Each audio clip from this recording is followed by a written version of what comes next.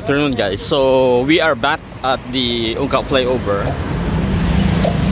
I-update na nato no ang progress kay since i-repair na nila ini starting I think sang January pa to middle of January. So previously we know is I think Pier 7, 8 and 9 ando may diferensya kag iban pa siguro ang kinahanglan i-repair ano. So currently ang mga materials para mag tukod sang mga girders I think they say nga ari na dire no. So we will try to check kung nara na gid man, and then ang ila operation is tukudan ang mga girders. While ginatukudan ini so slightly siguro mga base i-elevate nila para nga ma-execute nila ang jet grouting. Ang jet grouting is like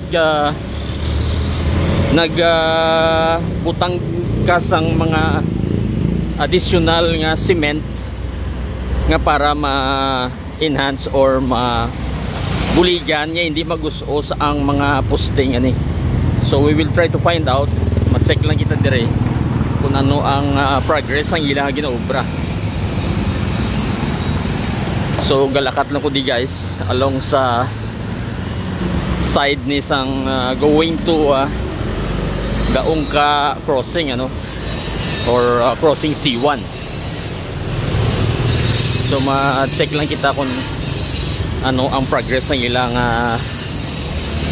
repair ano. So currently makita nyo nga daw wala gani sing improvement dire no. May roadway din na di pero para sini may mga buho. So delikado din sa mga galakat yung gabi.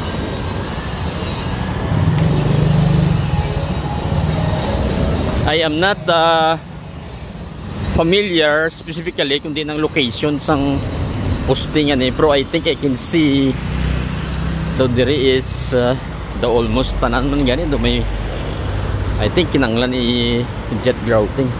We will try to show you kung ano ang concept ng jet grouting no, ma-flash kita sang short video para may idea man ang kadamaan sa mga wala nakabalo kung ano ang jet grouting. Doon nagapanghawan sila dire, wala ko kabalo kung ano ni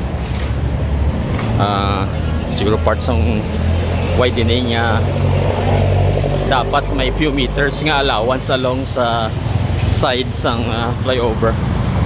Currently ang flyover I think nag-ooperate man siya, may specific time lang.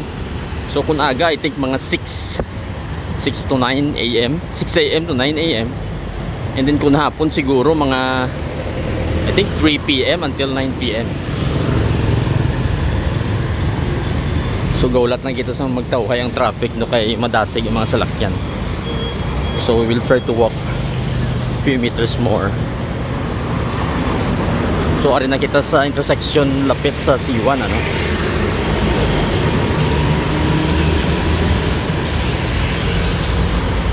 Wala pa ako sa may makita ang area nga ibutan nila ang mga materials, pero most probably in the coming days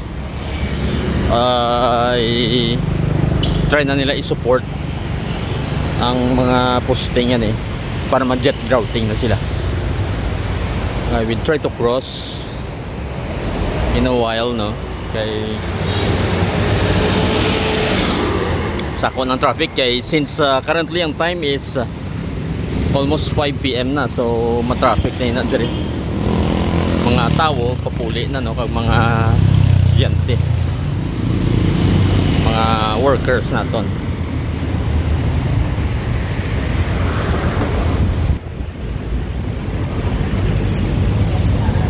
So nagdalagan na kita para makatabok kita. So ano ning dati nilang routing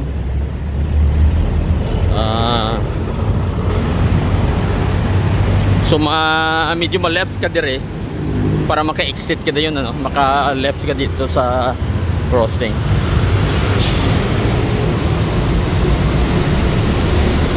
So there are signs of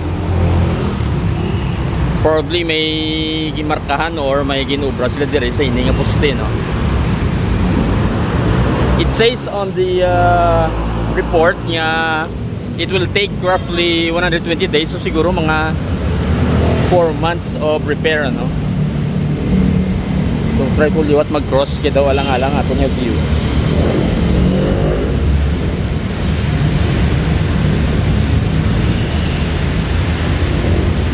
So I think across ang ano, hindi diri nga side ang area sang ginimo nilang bulutangan sa mga materials. So probably dito sa piyak na side ang area nga ibutangan nila sa mga materials nila. I can see from here nga may mga fence, ano.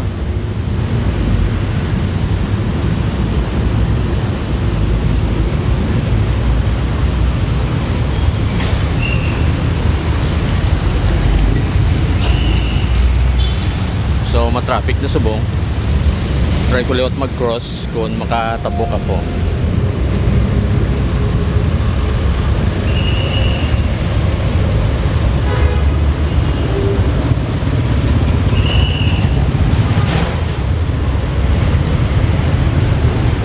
So currently there is a fence dito sa piyak, which is that one. So dito siguro mga materials, ano.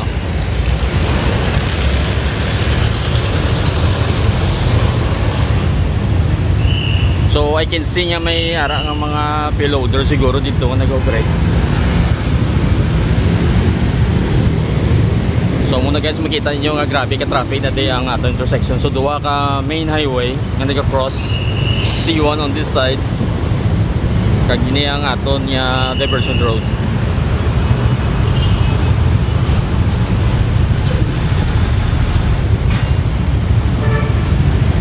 Meron siya activity pero daw minor pa lang, ano, hindi man nato makita ang improvement. So gasugod pa lang siya. So siguro if we stay, think niya mga January sa ma-start. So February, March, April, May, June. Maybe mga June ang unang projected niya matapos na siya.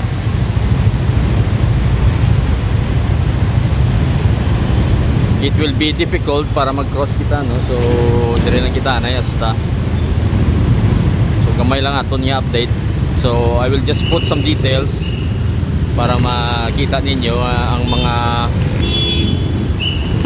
in-propose nila nga mga repair.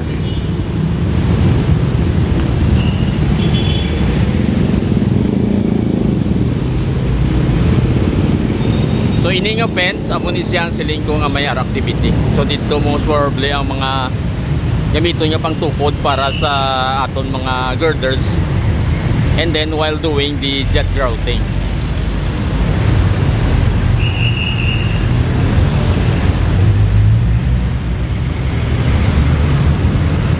So muna siya ka-heavy guys ang aton traffic every morning and every afternoon. So makita ninyo both ways, grabe ang volume sang salakyan nga nagagid rin, no?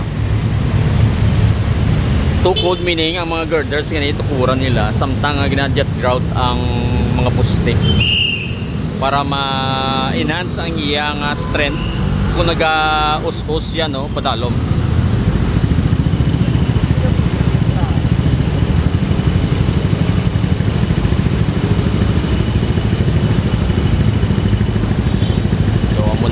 Scenario sa traffic every morning and every afternoon diri sa Ungka flyover naton.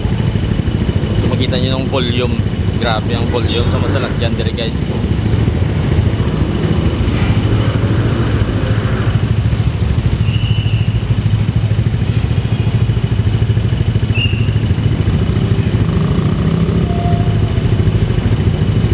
So hasta na lang diri anay till the next update sa aton nga Ungka flyover nga repair.